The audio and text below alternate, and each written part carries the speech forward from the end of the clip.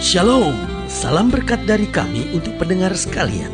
Saat ini pendengar akan diberkati dengan program Hari Ini Harinya Tuhan bagian yang ke-8.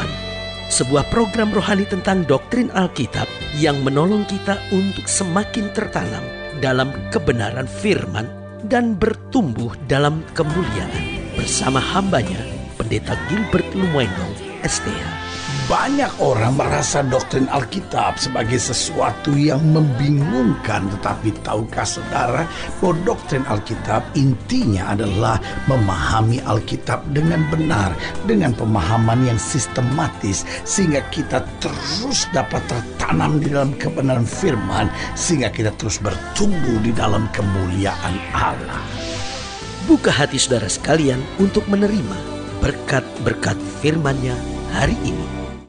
Hampir lebih dari setengah dari Perjanjian Baru ditulis oleh Paulus. Nah, tetapi tahukah saudara bahwa Paulus yang begitu luar biasa dipakai oleh Tuhan tidaklah memiliki latar belakang yang baik.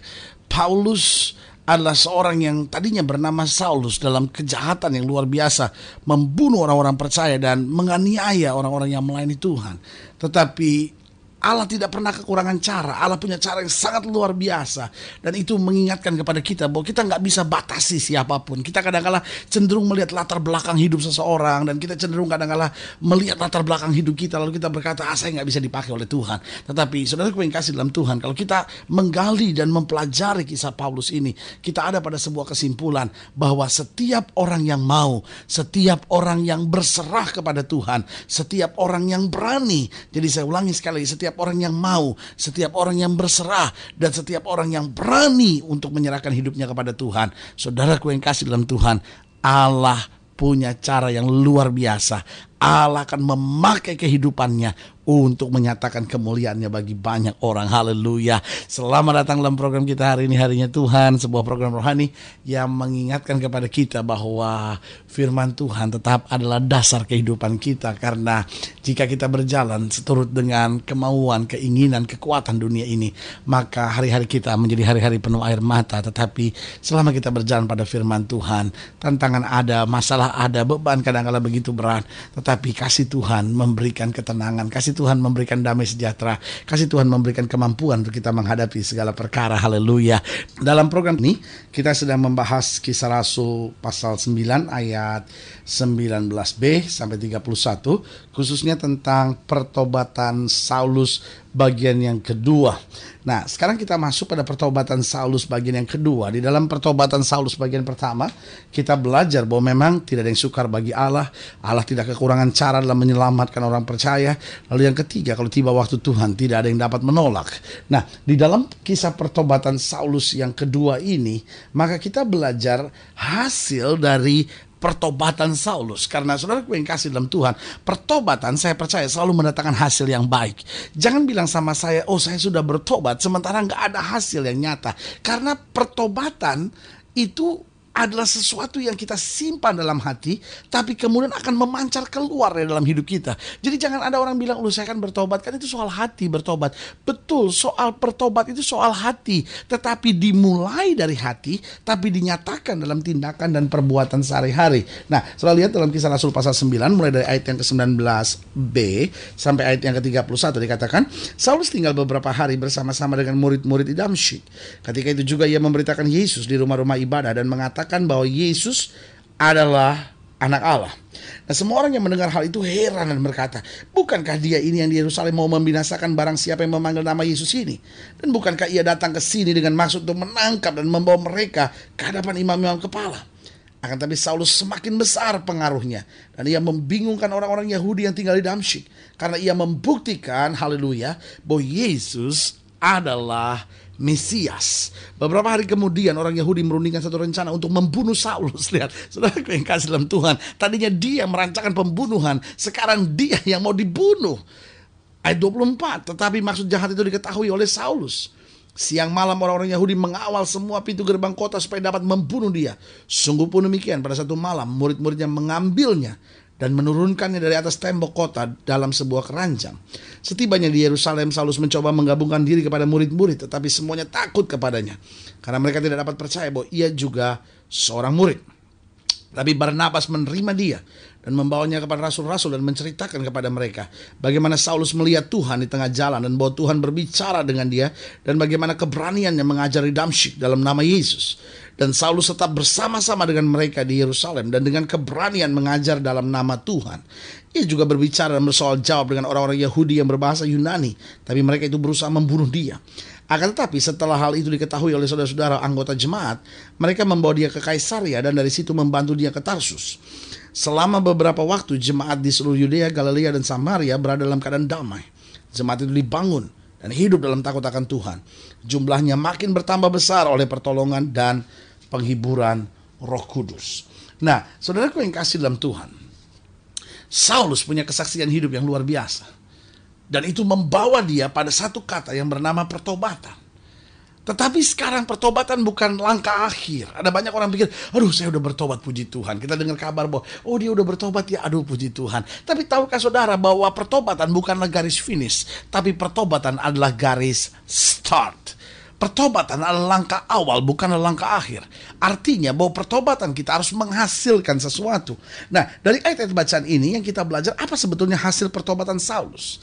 Yang pertama, coba lihat ayat 19b ini, dikatakan Saulus tinggal beberapa hari bersama-sama dengan murid-murid di Damsyik. Ketika itu juga ia memberitakan Yesus di rumah-rumah ibadat dan mengatakan bahwa Yesus adalah anak Allah. Semua orang yang mendengar hal itu heran dan berkata, bukankah dia ini yang di Yerusalem mau membinasakan barang siapa yang memanggil nama Yesus ini? Dan bukankah ia datang ke sini dengan maksud untuk menangkap dan membawa mereka ke hadapan imam-imam kepala?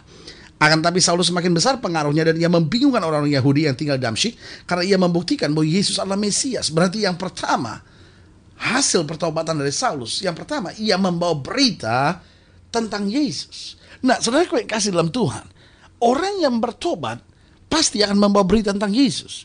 Nah, mungkin saudara mendengar program ini dan berkata, bagaimana caranya saya membawa berita tentang Yesus? Ada dua cara bagaimana kita membawa berita tentang Yesus. Yang pertama, kita membawa berita tentang Yesus lewat kehidupan kita, lewat tindakan kita, lewat cara kita menyelesaikan masalah, lewat cara kita do business, cara kita pacaran, cara kita, nah lewat itu yang pertama. Tapi yang kedua, kita juga memberitakan tentang Yesus, membawa berita tentang Yesus lewat perkataan kita. Nah, dua-duanya harus bersama-sama. Ada banyak orang yang ngomong tentang Yesus, tapi hidupnya sama sekali berbeda. Tapi sebaliknya ada orang yang hidupnya cukup baik, tapi nggak berani bicara tentang Yesus. Nah, saudaraku yang kasih dalam Tuhan, ini bukan soal mana yang lebih baik. Buat saya, dua-duanya harus berjalan bersama-sama.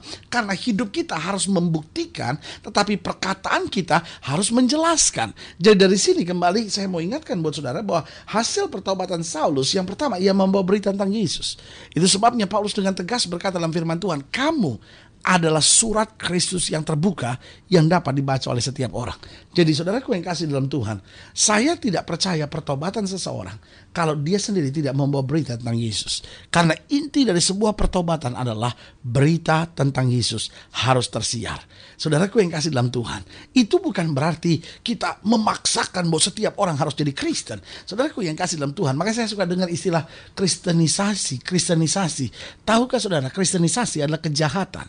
Alkitab tidak pernah mengajarkan kita untuk mengkristenkan siapapun. Tugas kita membawa berita, tugas kita membawa damai, tugas kita menabur kasih. Berarti saudaraku yang kasih dalam Tuhan, siapapun penyebab, siapapun pelaksana dari tindakan kristenisasi, dia adalah seorang yang melakukan kejahatan.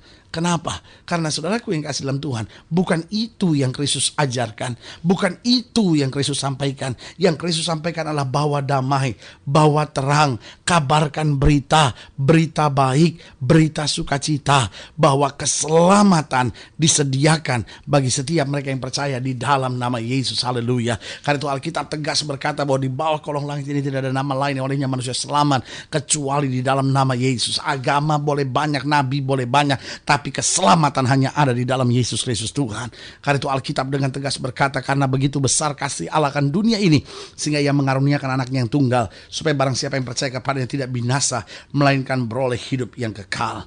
Yang kedua saya pelajari, apa hasil pertobatan Saulus? Di ayat yang ke-23, beberapa hari kemudian orang Yahudi merundingkan suatu rencana untuk membunuh Saulus. Tetapi maksud jahat itu diketahui oleh Saulus. Yang malam orang-orang Yahudi mengawal semua pintu gerbang kota supaya dapat membunuh dia. Sungguh pun demikian, pada satu malam murid-muridnya mengambilnya dan menurunkannya dari atas tembok kota dalam sebuah keranjang. Berarti yang ketiga, hasil pertobatan Saulus, ia setia di tengah tantangan. Oh saudaraku yang kasih dalam Tuhan, pertobatan tidak membuat seorang itu jadi cengeng. Pertobatan tidak membuat seorang itu menjadi mudah kecewa, mudah menangis, mudah tinggalkan Tuhan. Ternyata ikut Tuhan kok berat ya, ikut Tuhan kok banyak tantangan ya. Sekarang saya mau melayani Tuhan baik-baik, kok malah mau dibunuh, kok malah diomongin orang, kok malah difitnah. Tapi saudaraku yang kasih dalam Tuhan, pertobatan yang sungguh, yang pertama membawa berita tentang Yesus. Yang kedua, membuat kita setia di tengah-tengah tantangan, karena kita tahu bahwa setiap kali kita mau dekat dengan Tuhan, tantangan itu ada. Tapi semakin kita dekat dengan Tuhan, semakin kita tahu ada kekuatan menghadapi segala perkara. Haleluya. Yang ketiga, yang terakhir saya pelajari pada ayat yang ke-26, dikatakan apa? Setibanya di Yerusalem, Saulus mencoba menggabungkan diri kepada murid-murid, tapi semuanya takut kepadanya karena mereka tidak dapat percaya bahwa ia juga seorang murid. Tapi Barnabas menerima dia dan membawanya kepada rasul-rasul dan menceritakan kepada mereka bagaimana Saulus melihat Tuhan di tengah jalan dan bahwa Tuhan berbicara dengan dia dan bagaimana keberaniannya mengajari Damsyik dalam nama Yesus. Berarti yang pertama, hasil pertobatan Saulus, ia membawa berita tentang Yesus. Kita semua harus membawa berita tentang Yesus lewat hidup kita dan lewat perkataan kita. Lalu yang kedua, ia setia di tengah tantangan. Berarti setiap kita tahu di depan kita ada tantangan, tetapi tetap setia. Dan yang ketiga, ia berkumpul dengan murid-murid yang lain. Saudaraku yang kasih dalam Tuhan, orang yang bertobat itu dia jaga pergaulannya. Orang yang bertobat lepaskan diri dari pergaulannya. Kenapa? Karena Alkitab sudah bilang pergaulan yang buruk menghancurkan kebiasaan yang baik. Itu bukan berarti orang percaya itu menjadi orang yang eksklusif, tidak mau bergaul dengan orang berdosa, bukan itu. Tetapi orang percaya adalah orang yang menguatkan imannya, berkumpul bersama, saling menguatkan, saling menghibur. Makanya setiap orang yang bertobat harus tertanam di gereja lokal. Jangan jadi orang yang pindah-pindah gereja, pokoknya sekedar dengar firman. Lu boleh dengar firman Tuhan di mana saja, tapi saudara harus tertanam di satu gereja lokal, dan itu menjadi gereja saudara.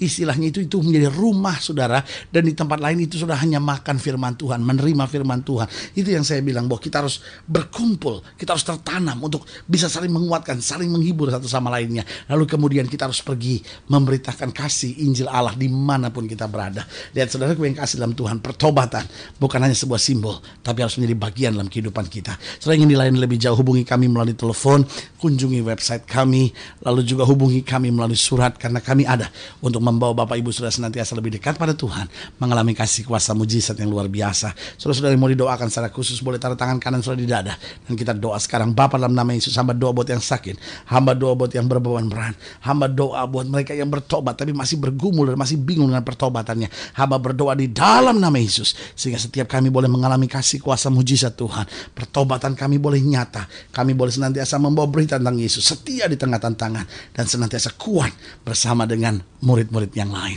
Di dalam nama Yesus kami berdoa. Haleluya.